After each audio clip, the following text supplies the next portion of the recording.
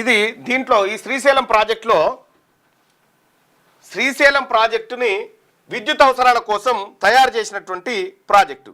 అయితే ఆ తర్వాత కొన్ని పరిణామాల వల్ల పోతిరెడ్డిపాడు అనేటువంటిది ఉంది కదా, పోతిరెడ్డిపాడు హెడ్ రెగ్యులేటర్ అని చెప్పేసి తీసుకొచ్చిండ్రు. పోతిరెడ్డిపాడు రాజశేఖర రెడ్డి హయాంలో. అయితే దీని కథ ఏంటంటే, ఈ కృష్ణానదిలో వాటా అటు మహారాష్ట్ర, కర్ణాటక, తెలంగాణ, ఏపీఏ కాదు, మరొక 15 టీఎంసీలు మద్రాసు కూడా 15 టీఎంసీలు మద్రాసుకు నీళ్ళు ఇవ్వాలి. దీని నుంచి తాగు నీళ్ళు అందియాలి.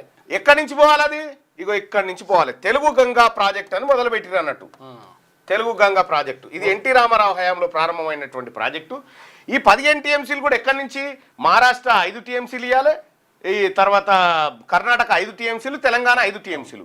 ఈ తెలుగు గంగా ప్రాజెక్టు కోసం గతంలో తవ్వకాలు చేస్తే ఇందులో 80% ఖర్చు తమిళనాడు భరించింది, 20% ఏపీ భరించింది. అంటే ఏపీ అంటే ఉమ్మడి రాష్ట్రం. ఇప్పుడు వీళ్ళు భరించారు. ఈ తెలుగు గంగ నుంచి 15 టీఎంసీలు పోవాల్సినటువంటి వాటరు ఇవాళ 200 టీఎంసీలు ఎత్తుకొని పోతురు.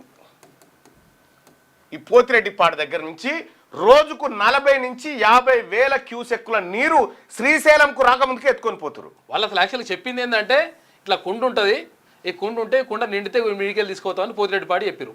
కానీ వీడ బొక్క పెట్టి కథం చేస్తున్నారు. అయితే ఇక్కడ వాస్తవానికి గమ్మత్ విషయం ఏంటంటే, ఈ 15 టీఎంసీలు మద్రాసుకు తాగునీరు కింద పోవాలి. కానీ వీళ్ళు 200 టీఎంసీలు ఎత్తుకొని పోతా ఉన్నారు అక్కడి నుంచి. వీళ్ళ పరివాహక ప్రాంతం ఎంత కృష్ణాలో? 21%. కేవలం 31% ఉన్నటువంటి వాళ్ళు అది ఎత్తుకపోతురు. మళ్ళా Srisailam right bank canal, football బుట్టి కాడికి లేకపోయే కెనాల్ ఒకటి,